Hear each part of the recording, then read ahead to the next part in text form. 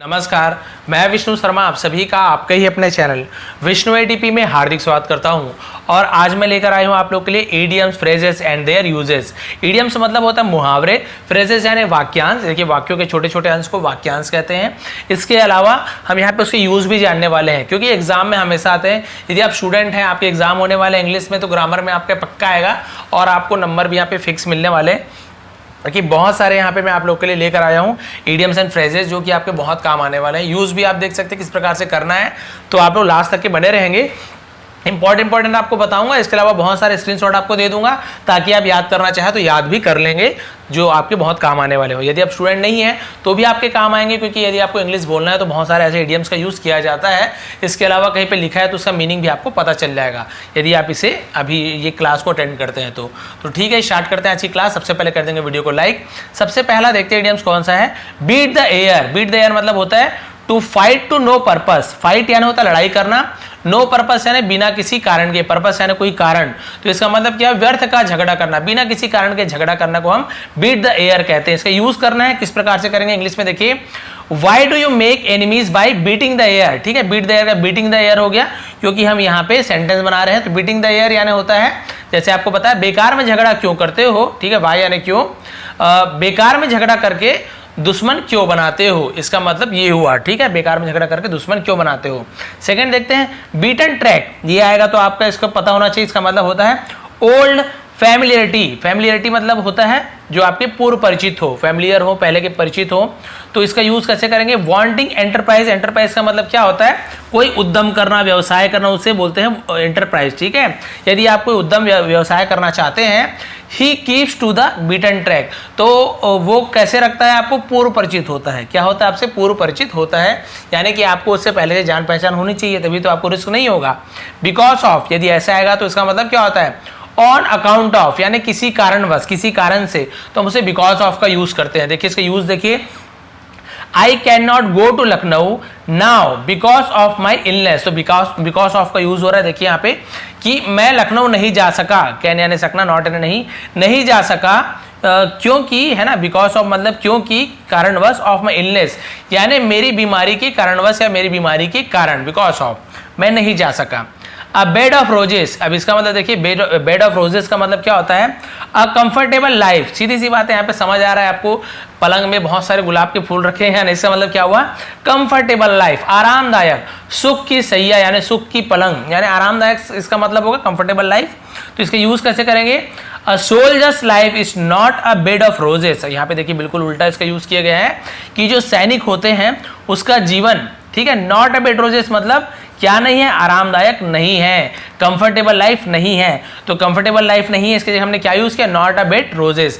तो इस प्रकार से आप कई बार वर्ड को भी देखेंगे ना यहाँ पे, इडियम्स को, तो भी आपको समझ आएगा ये कहना क्या चाहता है, फिर आप अपने हिसाब से सेंटेंस बना सकते हैं। ठीक है, आगे देखते हैं। उसके बाद बेल द कैट। अब ये भी देखिए, आपको यहाँ पर भी समझ आएगा, बेल द कैट यानी बिल्ली के गले में घंटी। तो इसका मतलब क्या हुआ, बिल्ली के गले में घंटी, ऐसे मतलब नहीं होगा, ऐसे हम यूज करते हैं, इसलिए तो इडियम्स कहा गया है, कहावत में ऐसे बोलते हैं कि बेल द कैट। लेकिन इसका मतलब क्या होता है, मतलब देखिए, to do a most dangerous work. Dangerous यानी होता है बहुत ज़्यादा खतरनाक काम, या फिर कठिन कार्य बोल सकते हैं हिंदी में, यानी कि खतरनाक काम करना या फिर कठिन कार्य करना। ठीक है, तो इसका यूज देखिए, asking for leave from the principal during working hour is belling the cat. ठीक है, तो इसका मतलब क्या हुआ, आस्किंग फॉर लीव यानी छुट्टी मांगना, छुट्टी मांगना फ्रॉम द प्रिंसिपल यानी प्रिंसिपल से, ड्यूरिंग वर्किंग आवर्स मतलब जो काम करने के समय होता है, इज बेलिंग द कैट, ये क्या है, बेलिंग द कैट है, यानी कि बहुत कठिन कार्य है।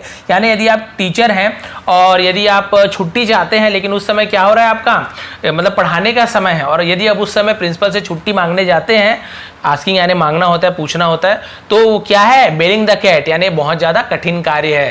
भाई सीधी सी बात है, यदि आप टीचर हैं या आप स्टूडेंट भी हैं और मान लो पढ़ाई का समय है और आप छुट्टी मांगने जाएंगे प्रिंसिपल से, तो ये तो बहुत ज़्यादा कठिन काम है। ठीक है, उसका देखते हैं, उसका अगला क्या है, बिट फेयर। बिट फेयर का मतलब होता है टू शो प्रोबेबिलिटी। प्रोबेबिलिटी मतलब होता है संभावना प्रकट करना, कि हाँ ऐसे हो सकता है, ऐसे नहीं हो सकता है। तो आप क्या, किसका यूज करेंगे, बिट फेयर।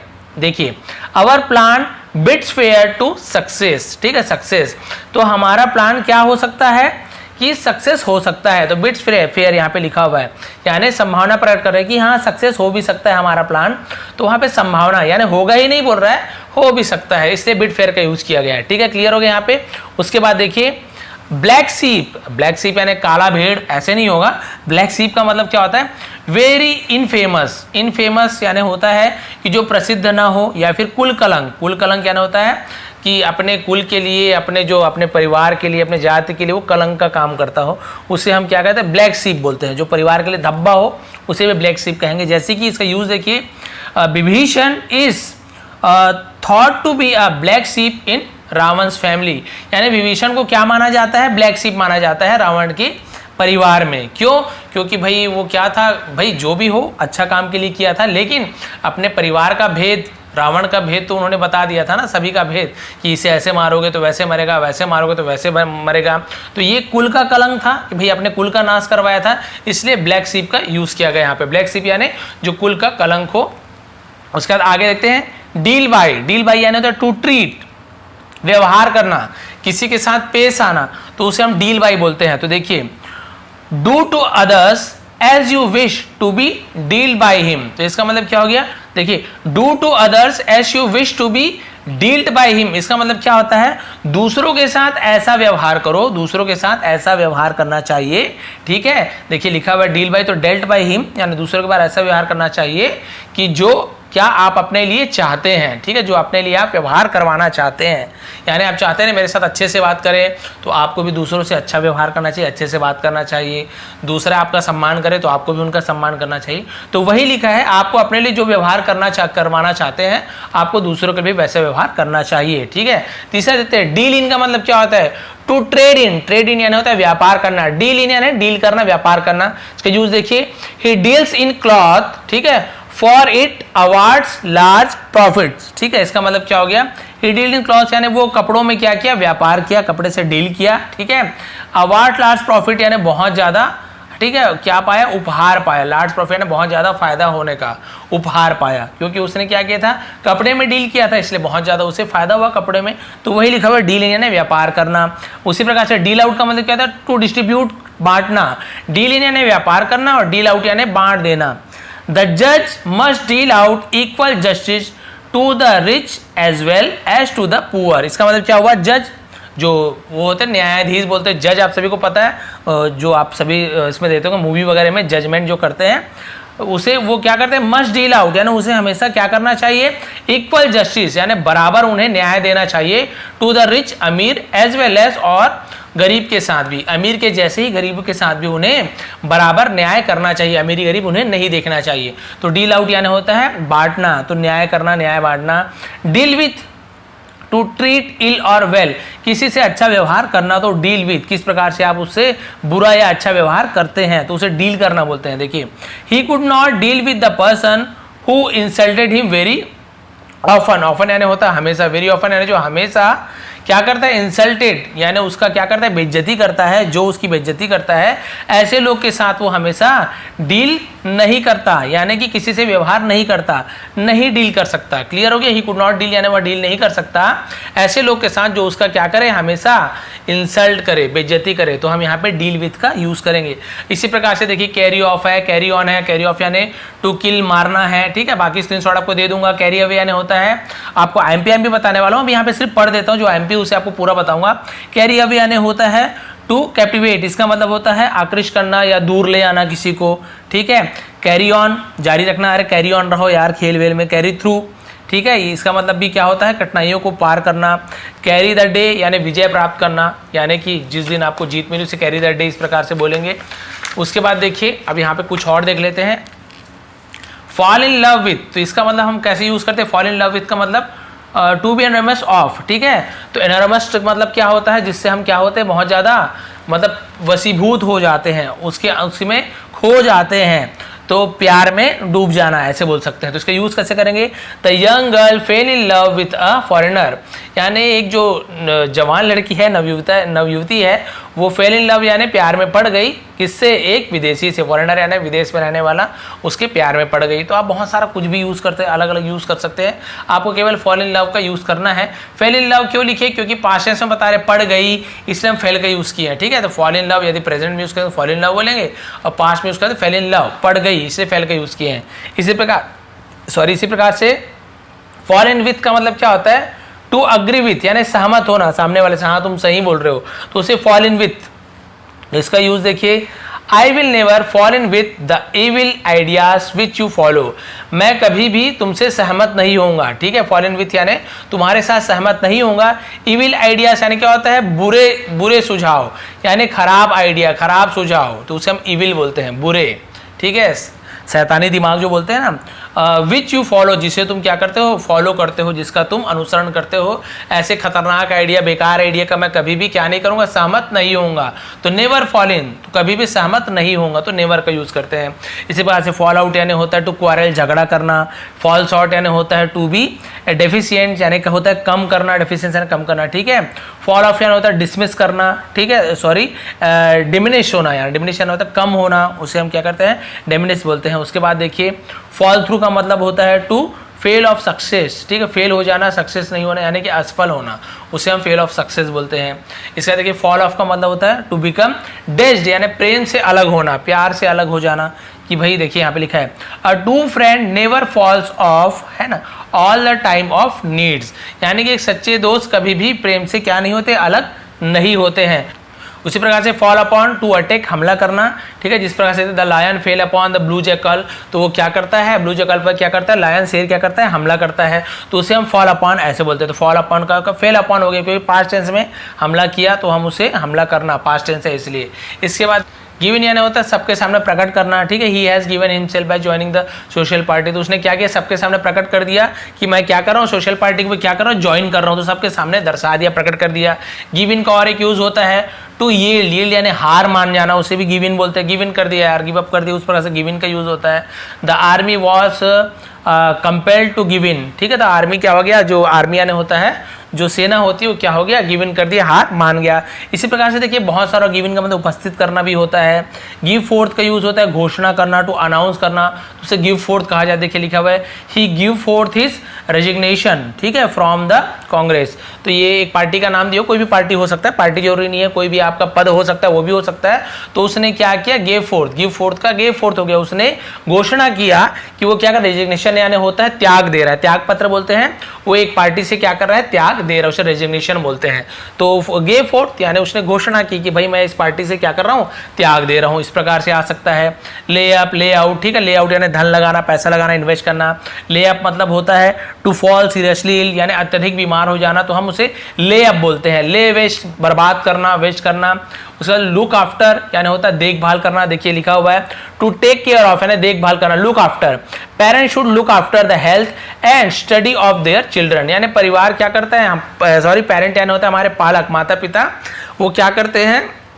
हमारे स्वास्थ्य और हमारे पढ़ाई की तरफ वो क्या करते हैं? अपने बच्चे के स्वास्थ्य और पढ़ाई की तरफ वो देखभाल करते हैं, ध्यान देते हैं, टेक केयर करते हैं, यानी लुक आफ्टर का यूज हम यहाँ पे करेंगे। तो क्लियर हो गया यहाँ तक के। और देख लेते कौन कौन से इंपॉर्टेंट है।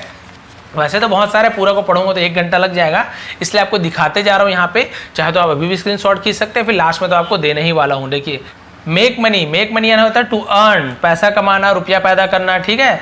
तो यहाँ पे उसका यूज भी आपको दिख जाएगा। इसके अलावा देखिए, make neither head not toll, इसका मतलब क्या हुआ? ये भी एक प्रकार का इडियम्स है। यहाँ पे लिखा हुआ है to be unable to understand, यानी बिल्कुल भी ना समझना, ठीक है। तो इतना लंबा लिखा हुआ है, इसका मतलब देखिए बिल्कुल ना समझना। तो ये भी यदि आता है तो आप समझ जाएंगे इसका मतलब क्या होता है, बिल्कुल ना समझना। यहाँ पे इसका यूज भी दिया गया है। मेक ऑफ विथ यानी टू रन अवे विथ, यानी किसी के साथ भाग जाना, किसी को लेके भाग जाने को हम मेक ऑफ विथ बोलते हैं। जैसे कि लिखा हुआ है the thief made of with the क्या लिखा हुआ है?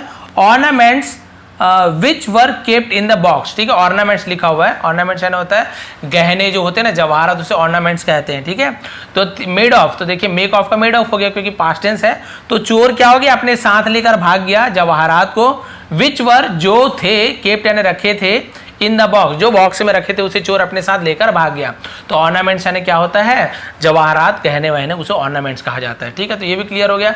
मेड ऑफ का यूज क्यों किया, मेक्स ऑफ क्यों नहीं किए, क्योंकि मेक ऑफ तो प्रेजेंट टेंस में यूज करते हैं, भाग गया बोल रहे हैं तो हम मेड ऑफ का यूज करेंगे। ठीक है, तो जब आप बनाते हैं सेंटेंस तो इन चीजों का ध्यान रखना पड़ता है। नहीं तो अभी तो मैं खाली रीडिंग कर रहा हूँ, आपको स्क्रीनशॉट दे दूंगा, आप उसको याद भी कर सकते हैं। इंपॉर्टेंट जो आपको बताया हूँ याद कर लीजिए, एग्जाम में आएगा तो आपके बहुत ज्यादा फायदे होने वाले हैं। लेकिन एक बार सबको रीड जरूर कर लीजिए, क्योंकि कोई सा भी आ सकता है, आपके ध्यान में रहेगा। तो कम से कम सेंटेंस नहीं बना पाएंगे तो मतलब तो लिख सकते हैं, यहाँ पे कुछ तो नंबर मिलेंगे भाई, कुछ नहीं से कुछ सही। यदि आप मेरे जैसे होंगे कि एग्जाम के एक दिन पहले पढ़ने वाले, तो ऐसे ही होंगे। मैं ऐसे ही करता था, मतलब पहले भी तैयारी करता था, लेकिन एग्जाम के एक दिन पहले ही मेन तैयारी होती थी, सबकी ऐसी होती है। मेक आउट यानी होता है खोज निकालना, टू फाइंड आउट यानी खोज निकालना। The student could not make out the meaning of the unseen pages. हाँ, अब अनसीन पेजेस के ऊपर बहुत लोगों ने कहा था सर आप वीडियो बनाइए, तो जरूर बनाने वाला हूँ। इसके बाद अगली वीडियो शायद उसके ऊपर भी बना सकता हूँ मैं, क्योंकि एग्जाम का टाइम है। तो the student could not make यानी जो विद्यार्थी नहीं बना सके, है ना, नहीं खोज निकाल पाए। देखिए लिखा हुआ है मेक आउट यानी खोज निकालना, नहीं निकाल पाए। Meaning of the unseen pages यानी अनसीन पेजेस का जो मीनिंग था उसे नहीं खोज निकाल पाया, यानी मेक आउट नहीं कर पाया। तो देखिए नॉट मेक आउट लिखा हुआ है, तो यहाँ पे यूज हुआ है मेक आउट का, नॉट मेक आउट, नहीं खोज निकाल पाना। इसके बाद देखिए मेक ओवर यानी होता है सौंपना, किसी को हैंड ओवर करना, सौंप देना, उसे हम मेक ओवर कहते हैं। इसी प्रकार से देखिए नेक्स्ट टू नथिंग यानी नहीं के बराबर, इक्वल टू नील। देखिए लिखा हुआ है our saving are next to nothing in these hard days, यानी इन कठिन दिनों में, है ना, इन कठिन दिनों में हमारी जो बचत है, our saving are next to nothing यानी नहीं के बराबर है। आज के समय में हमारी जो पैसे की कमाई है, जो कमाई हो रही है, अर्निंग है, वो नहीं के बराबर है, यानी कमाई हो रही है वो भी नहीं, मान लो इतना कम है, तो उसे हम नेक्स्ट टू नथिंग कहते हैं। अब मैं सीधा सीधा रीड करते जाता हूँ और आप लोग को स्क्रीनशॉट दे दूंगा कि बहुत ज़्यादा समय हो गया, आप लोग के पास भी समय नहीं है। पास अवे यानी होता है मर जाना, है ना। The patient passed away yesterday, patient कल मर गया। पास बाय यानी होता है टू ओवरलुक यानी ध्यान ना देना, पास बाय ध्यान ना देना, निकल जाना वहाँ से। We should pass by the faults of our friends, हमारे दोस्त की गलती को हमें क्या करना चाहिए, हमें पास बाई कर देना चाहिए, ध्यान नहीं देना चाहिए दोस्तों की गलती को। फिर वो पास बाई का यूज दिया, वो पास से गुजरना को भी पास बाई बोलते हैं। टू गो अलॉन्ग साइड यानी बगल से गुजरना, पास से गुजरना। ही पास बाई द कॉटेज, कॉटेज यानी वही होता है झोपड़ी कुटिया, उसको कॉटेज बोलते हैं ना। तो वो क्या हुआ, कॉटेज के पास से निकल गया। उसका देखिए पास फॉर का मतलब होता है समझा जाना, इन रिगार्ड्स, है ना, उसको समझा जाता है। श्री बोस पास फॉर ए स्कॉलर, यानी जो बोस है, बोस जी है, उन्हें क्या समझा जाता है, स्कॉलर यानी विद्वान समझा जाता है। ठीक है। पिक अ पॉकेट यानी होता है जेब काटना। Keep your money with care, a thief can pick your pocket, यानी अपने पैसे को ध्यान से रखिए, चोर आपका पॉकेट मार सकता है, यानी कि पिक अ पॉकेट कर सकता है, सीधी सी बात है। पिक अ क्वारल विथ, इसका मतलब टू प्रोवोक टू क्वारल, यानी लड़ने के लिए उत्तेजित करना। इसका भी एग्जांपल यहाँ पे लिखा हुआ है, एग्जांपल आप कोई सा भी ले सकते हो, कोई भी चेंज कर सकते हो। Pick hole in one's pocket, इसका मतलब क्या होता है, टू फाइंड फॉल्ट विद, दोष निकालना। तो इसका मतलब क्या होता है, दोष किसी गलती निकालना। यदि आपको बोलना है किसी गलती निकाल रहा है तो आप क्या बोलेंगे, pick hole in one's pocket. ठीक है, तो इसका यूज भी आप देखिए, only when person pick a hole in other pocket और कोट। ठीक है, केवल जो फालतू का आदमी है वही क्या कर सकता है दूसरे पर, वेन यानी होता है व्यर्थ, फालतू का आदमी ही क्या कर सकता है, दूसरे का दोष निकाल सकता है। खुद ही फालतू बैठा है, दूसरे का दोष निकालता है, उसके पास समय ही नहीं है। Player double game, double game यानी क्या होता है, दोहरी नीति अपनाना। ठीक है, डबल पार्ट, अपना दोहरा रूप दिखाना, उसे डबल गेम बोलते हैं। देखिए, honest person never like to play और डबल गेम, यानी कि जो ईमानदार व्यक्ति होता है कभी भी वो डबल गेम नहीं खेलते हैं, दुरंग जो अपनी दोहरी नीति नहीं दिखाते हैं, भैया अपना केवल एक ही फेस दिखाते हैं, उसी पे अमल करते हैं। इस प्रकार से और भी बहुत सारे हैं, बहुत ज़्यादा समय लगेगा, तो आपको मैं स्क्रीनशॉट दे दूंगा, अभी मैं बस पढ़ के सुना देता हूँ। रोलिंग इन मनी यानी होता है बहुत धनी होना। रूट एंड ब्रांच यानी होता है पूरी तरीके से कंप्लीटली नीचे से ऊपर, उसे रूट एंड ब्रांच बोलते हैं। यहाँ पे आपको ये आप स्क्रीनशॉट ले सकते हैं चाहे तो। यहाँ पे रन डाउन यानी क्या होता है, टू स्पीक इल यानी बुराई करना, तो रन डाउन बोलते हैं। रन डाउन के एक और मतलब होता है कमजोर हो जाना, टू बिकम वीक। ठीक है, रन ऑन का मतलब होता है कंटिन्यू, जारी रहना, रन ऑन बोलते हैं। टर्न ऑफ का मतलब होता है टू प्रोड्यूस यानी कुछ चीज उत्पन्न करना को टर्न आउट बोलते हैं। फिर टर्न आउट का एक और मतलब होता है टू एक्सपेल यानी निकाल देना। टर्न ऑफ का एक और मतलब होता है टू डिसमिस, निकाल देना, डिसमिस कर देना। टर्न इनटू का मतलब होता है चेंज करना, बदलना। ठीक है, टर्न अप का मतलब होता है टू हैपन, घटित होना। टर्न इन का एक और मतलब होता है टू गो टू बेड, सोने जाना। थ्रो आउट का मतलब होता है टू रिजेक्ट, अस्वीकार कर देना, फेंक देना, थ्रो आउट कर देना। ठीक है, एट एनी रेट यानी किसी भी कीमत पे, किसी भी हालत में, एट एनी रेट मुझे चाहिए ही चाहिए, है ना, किसी भी कीमत पे किसी भी हाल पे मुझे चाहिए ही चाहिए, इस प्रकार से। उसके बाद देखिए एट स्नेल्स पेस यानी धीरे धीरे, स्नेल्स आपको को पता है घोंगा होता है ना, धीरे धीरे धीरे रेंगता है, उसलिए उसे हम बोलते हैं स्नेल पेस करके, सॉरी पेस करके। एट टाइम यानी होता है कभी कभी, एट टाइम कभी कभी, देखिए not always but at time he comes late, not always हमेशा नहीं लेकिन कभी कभी वह, ठीक है, देखिए लिखा हुआ है, बट एट टाइम्स यानी कभी कभी वह लेट आता है, देरी से आता है, इस प्रकार से यूज कर सकते हैं, कुछ भी यूज कर सकते हैं। और यहाँ पे देखिए एट एन आर्म्स लेंथ यानी फॉर अवे, यानी एट एन आर्म्स लेंथ यानी हाथ की दूरी पर, यानी कुछ ही दूरी पर, फॉर अवे दूर, ठीक है। ये देखिए की bad person at an arm's length यानी कि बुरे आदमी को क्या करो, दूर रहो, ठीक है, आर्म्स लेंथ, इस प्रकार से आप यूज कर सकते हैं। तो भाई ये थी आज की क्लास, यहाँ पे आपको स्क्रीनशॉट में उपलब्ध करा दूंगा, आपको स्क्रीनशॉट अच्छे से दे दूंगा, और चाहे तो अभी आप स्क्रीनशॉट लीजिए क्योंकि इसमें मेरे ख्याल से अच्छा बड़ा बड़ा दिख रहा है, मैं जो देता हूँ छोटा सा दिखता है, ठीक है। तो ये स्क्रीनशॉट ले लीजिए, पॉज कर लीजिए, अब यहाँ से देख लीजिए, हाँ पॉज कर लीजिए और स्क्रीनशॉट लीजिए, पॉज कर करके लीजिए तो फिर जल्दी से होगा, ठीक है। यहाँ पे आप देख सकते हैं, पॉज कर लीजिए और स्क्रीनशॉट ले लीजिए, फिर पेज पलटाता हूँ भाई, क्योंकि पॉज करेंगे तो समय ही समय है, ठीक है। इसमें मेरे ख्याल से क्लियर दिख रहा है, ठीक है। यहाँ तक के ले लीजिए, यहाँ तक के फॉल थ्रू तक के स्क्रीनशॉट ले लीजिए, पॉज करके आगे बढ़ते हैं। इसके बाद यहाँ से देख लीजिए, फॉल ऑफ से लेके यहाँ तक के लेआउट स्क्रीनशॉट, और लेआउट के बाद को भी दिखा देता हूँ, ये यहाँ तक के स्क्रीनशॉट ले लीजिए, पॉज कर करके लीजिए, आराम से हो जाएगा। और यहाँ पे देख लेते हैं कौन कौन सा दिया है, मेक मनी से आप ले सकते हैं स्क्रीनशॉट, क्योंकि भी एग्ज़ाम है इसलिए मैं दे रहा हूँ आप लोग को, ठीक है, एग्जाम है इसलिए आपको जल्दी जल्दी दे रहा हूँ, ताकि आप लोग बस पढ़ के भी चले जाएंगे, बहुत आपका काम हो जाएगा। मुझे कमेंट्स आए थे सर एग्जाम चल रहा है कुछ हेल्प कीजिए, इसलिए मैं वीडियो स्पेशली बनाया हूँ, ये आप देख सकते हैं, ठीक है। और बाकी स्टोरीज तो मेरी आती रहेगी, उसमें कोई प्रॉब्लम ही नहीं है, स्टोरीज तो डेली आएगी, लेकिन अभी एग्जाम का टाइम है, बच्चे बोले थे यहाँ पे स्क्रीनशॉट लीजिए, क्योंकि मैं टीचर हूँ भाई, और बच्चों के लिए बच्चे बोले तो ना करो, ऐसा हो ही नहीं सकता है। ये देखिए, केवल मैं अपना फ़ायदा नहीं देखता हूँ, ये देखिए यहाँ पे आप देख सकते हैं। उसके बाद देखिए, ये देखिए, ये आप स्क्रीनशॉट लेते जाइए पॉज करके, तो ये हो गया है। तो ये कंप्लीट स्क्रीनशॉट आपको दे दिया हूँ, लास्ट में और दे दूंगा फुल स्क्रीनशॉट, ताकि आप अच्छे से एग्जाम मतलब आप दे सकें, कुछ नंबर तो आपके आ जाए। इसके अलावा अनसीन पेजेस वगैरह भी है, वो भी आपको जल्दी जल्दी बताऊंगा। तो ये थी आज की क्लास, थोड़ी पसंद आई तो प्लीज़ लाइक करेंगे, शेयर करेंगे, और आप सभी को एग्जाम के लिए बेस्ट ऑफ लक। आप सभी का एक बार फिर से धन्यवाद।